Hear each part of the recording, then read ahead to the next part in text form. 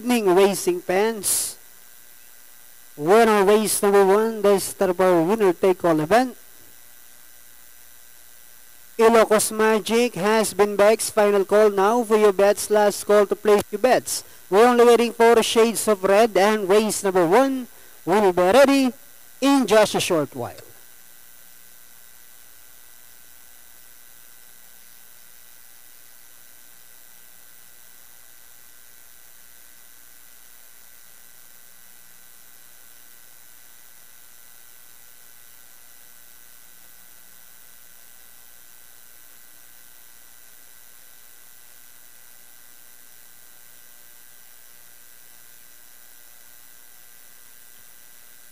Shades of Red.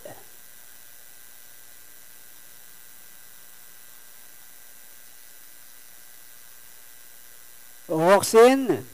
She's inside, all set, ready for racing. Race number 1.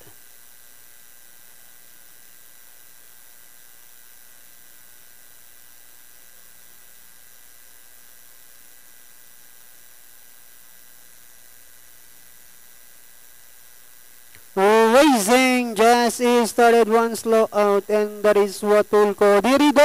Diridum break quickly at the start, moving upon the youngster Ilocos Magic, then followed by Unica Champa alongside Gio Conti. Shades of Red, Barkadahan, Huatulco running by the rail is a flash away. Obitron comes next, while Lord of the Sun is the early trailer by about 14 lengths of the leader, and going along for the first turn, Diridum by about 2 lengths. Ilocos Magic in second, 4 lengths further back in third comes Barkadahan. Unica Champa is racing in fourth, and in fifth comes Gio Conti. Huatulco moving up down on the inside. Shades of Red flash away Obitron, while Lord of the Sun is still racing in last. Back to the leader we have Diridum enjoying a length lead, and in second is Ilocos Magic moving upon the outside. Now is Unica Champa, then followed over by Barkadahan, Huatulco, then comes Shades of Red down on the inside. Gio Conti flash away Obitron, and a long way back to Lord of the Sun,